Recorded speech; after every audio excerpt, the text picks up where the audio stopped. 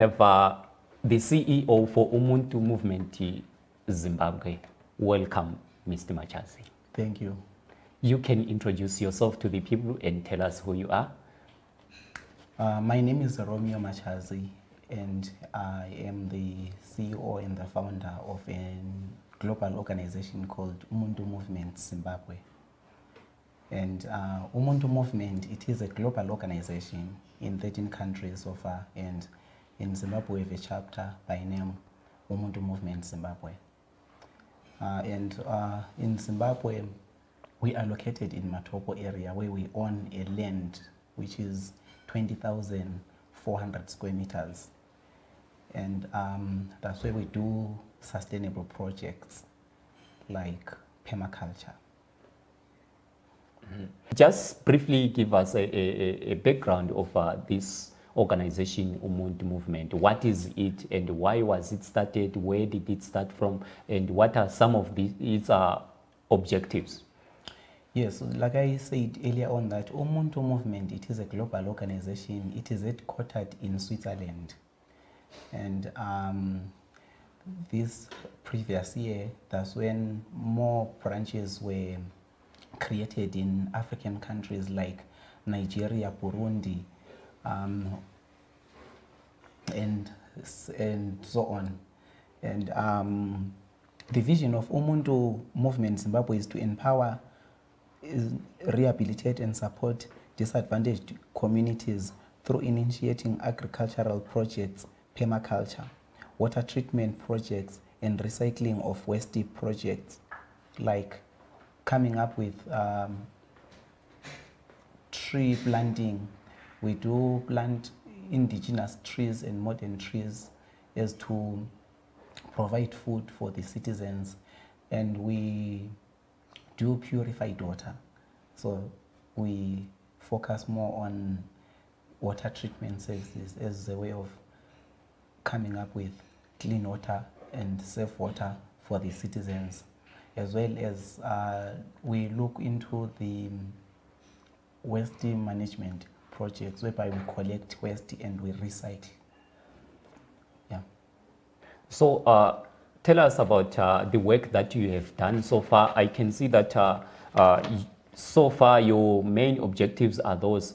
Talking about Umuntu Movement in Zimbabwe, the one that has its plot in Matopo, what is the progress so far that you have done since you established the office? Yes, before I say more on the past achievements, some of the objectives are to support disadvantaged communities through livelihood projects such as permaculture, water treatment services and recycling projects. 2, we equip beneficiaries with the skills required to fully participate in the said projects. 3, to create employment for the beneficiaries of the trust as well as the community. And we also engage in research work directly to the said projects.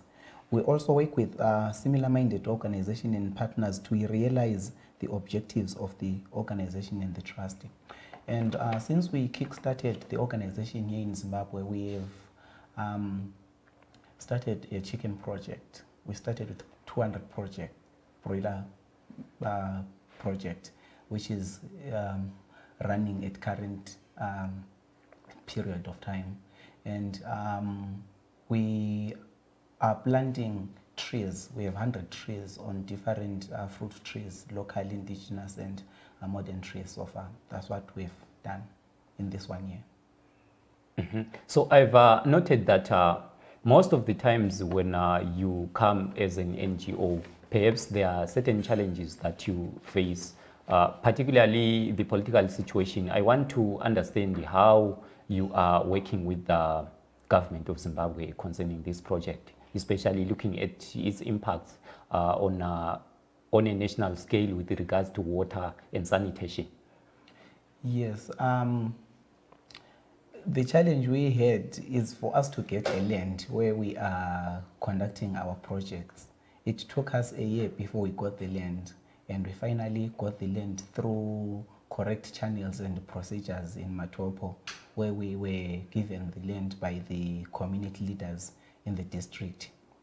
And now when it comes to the water treatment project, we haven't started yet, but everything, it is in advanced stages for us to start the project. So far, all what we have done and what we are working on, the sustainable projects, like on chickens, like I have just said, and we are developing the fish ponds for our fish farming projects, because like I said about permaculture, I will a bit explain what is permaculture, so that the viewers will get the fully conceptual understanding. Permaculture, it is a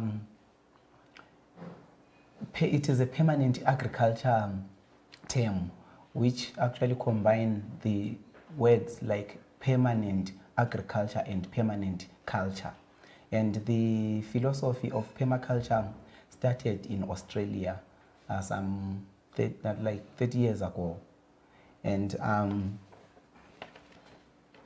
the aim is to create systems that are ecologically sound and economically viable, which provides for their own needs, do not exploit or pollute, and therefore sustainable in the long term. Permaculture uses the inherent qualities of plants and animals combined with the natural characteristics of landscapes and structures to produce a life-supporting system for city and country using the smallest practical area. So basically that's what we are into, and that's what we're trying to develop as a community and with our beneficiaries.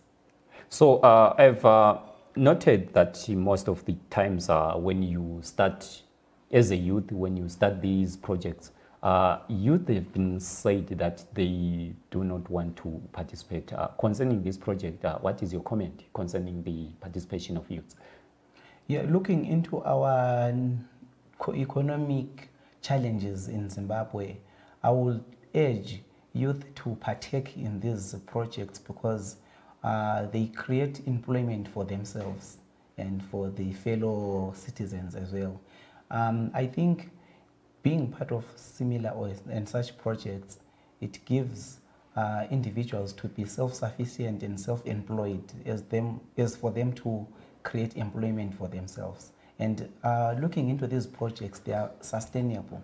And you know, like you are seeing the economy of our country and the challenges, the more you start similar projects, I don't see these young people going broke all the day, because they will be having something sustainable for them to generate income for themselves, for their future and their families. So far, looking at, maybe without necessarily talking about much statistics, how many youths have shown interest in this project, and how are you assisting them as the project manager in this country? Yes, a number of youth, they are more interested in our permaculture projects, and we created a social media group on WhatsApp, whereby we have got more than 60 youth who are dialoguing, who are participating, and who are sharing ideas, and who are receiving education on permaculture, because we realize that permaculture is not more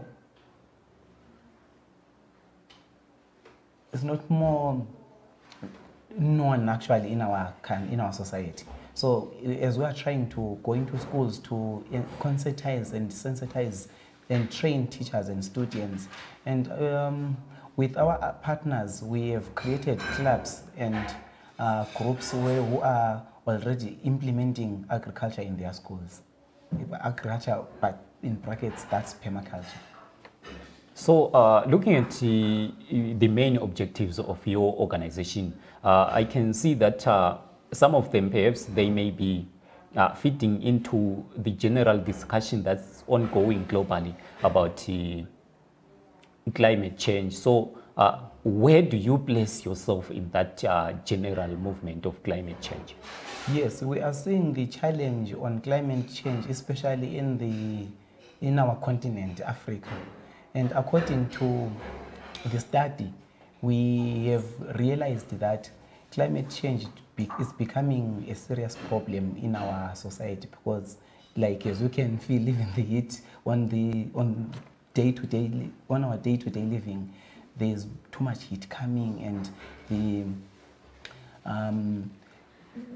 rain season is a bit changed. So those are some of the things that we are seeing and that we have to realize, and we should stick and look into the changing of the climate change, and we try by all means to follow and implement what needs to be implemented at that particular time.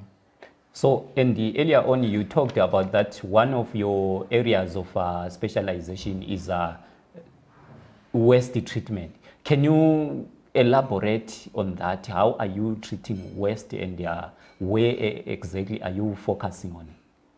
Looking into plastics and the empty containers, we take them, we collect them, and we have other volunteers who collect them on our behalf. They bring them to our site. And our main objective and our main aim is to recycle the plastics into fuel or oil. So that's one of the major things. Looking into other beer, or these traditional beer containers, super, it's locally known as Bataimono.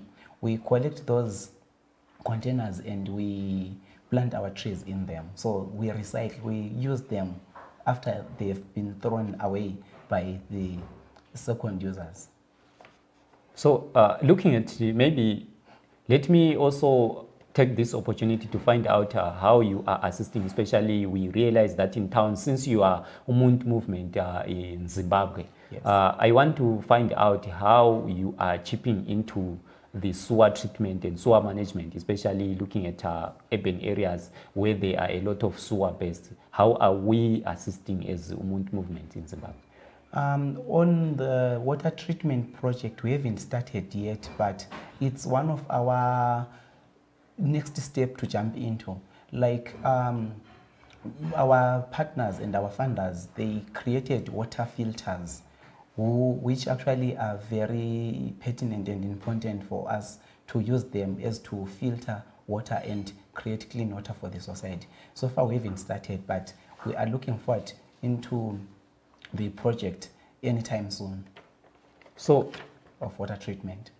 Again, I've noted that most of the water in the countryside, perhaps in the rural areas, has been said to be classified as really uncovered and therefore susceptible to impurities and other forms of contamination. Yes. As an organization, then, how are you conscientizing the community towards water preservation in those areas? Yes, like I'm just saying, good thing, we haven't started more on the water treatment project, but like it's yet to come anytime soon. This is what we'll be doing. According to the communication with outside funders and other donors and partners, we will be manufacturing water filters locally, and they will be distributed to hospitals, schools, organizations, churches, as to reduce the diseases. Like recently we had a challenge in the country of cholera and stuff. So by getting these water filters, we will be cleaning this water. Definitely we intend to come up with clean and safe water for the citizens, but we haven't started the project on water yet. So maybe talking about the chicken project that you earlier on mentioned, can you take us through the chicken project? How are you rearing those chickens? Maybe if there is any points of interest that is maybe different from the way we usually rear chickens, maybe you may highlight that as well for us. Yes, looking into permaculture, in permaculture we practice organic production. By organic production, we rear these chickens without any medication, without any substances. We practice organic agriculture, meaning that our chickens, they are fit, strong and healthy. So what are some of the, maybe you may, should we see any, are we going to see any types of breeds beside broilers? If any, what are those? Yeah, with road runners as well as road runners and these traditional chickens. Yeah, so we have started that small it's still small. We haven't expanded on that one, but we are yet to increase the numbers in the said chickens. And again, so far you are pitched at Matopo, and then how do you intend to infiltrate the rest of the country, or whether your aim is to infiltrate the rest of the country with that project? Yes, like I indicated before, that we are in 13 countries so far globally. Our partners, they are fundraising, they are crowdfunding on behalf of these other branches. So we hope that since we got the land already, we want to develop the land, because the land, we want to make it a center for permaculture for this southern region, for this Matabeleland region, whereby we intend to build structures like classrooms, you know, etc., so that everyone who's interested to be trained and equipped in permaculture will meet there for the knowledge, for them to get imparted with the full knowledge. And like I was saying, some of the interesting achievement, we dug the borehole there, and we got the solar water pump and Jojo tank, which we are using as to provide water, because everywhere there is permaculture, there should be a water source as to make the job and the activities easier. So yeah, so looking at the work that you are doing as an organization, perhaps with some experience, what then is your message to similar organizations that are doing similar work, or anything else concerning the health of the country? Yes, looking into the economy, that it is going dwindling spiral, there is a need for the partners, organizations to come together and build a better nation for our citizens and provide quality food and organic food for the citizens, than, you know, carrying on using the inorganic food, which actually contains diseases, and that at the end of the day get people sick at the end of the day, and with different with different symptoms which are bad to the, which can affect the local residents. Maybe you would want to share something else more than that. You can go ahead and take this opportunity to share that with the viewers of this program. Thank you.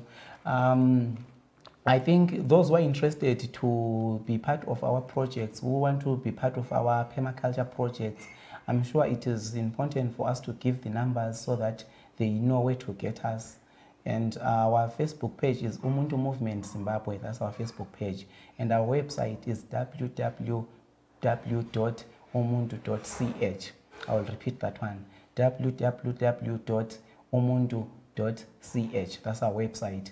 And our phone numbers are, if you're outside the country, 00263 or +263 00263 779 728 662. They can get in touch with us, and then we see how best we can work together. I know some of the viewers who are watching at this juncture, they may be interested to be partners or work with us, or to get more knowledge on permaculture and our projects. That's what I can say. Yeah. So maybe before we even knock off from this discussion, we have noted that most of the times, especially nowadays when the economy is like that, grassroots projects are said to be the way to go. So how, as an organization, do you intend really to make people take that seriously? Yeah, I'm sure recruiting more people, making awareness, you know, making this known that it is viable, there's viability in our projects, and involving them in our projects and training them, equipping them with the skills and knowledge. Yeah, I'm sure that's one of the important things that the residents and the citizens, they should know and be part of these projects, indeed. And to the youths? What is your message? That's the message strictly for the youths, the one that I just said. Oh, thank you very much. for being with us. Thank you. In today's program, we were with Romeo Machazi, the CEO of Umuntu Movement in Zimbabwe. Thank you very much for being with us throughout this program. We shall meet again in the next edition. Thank you.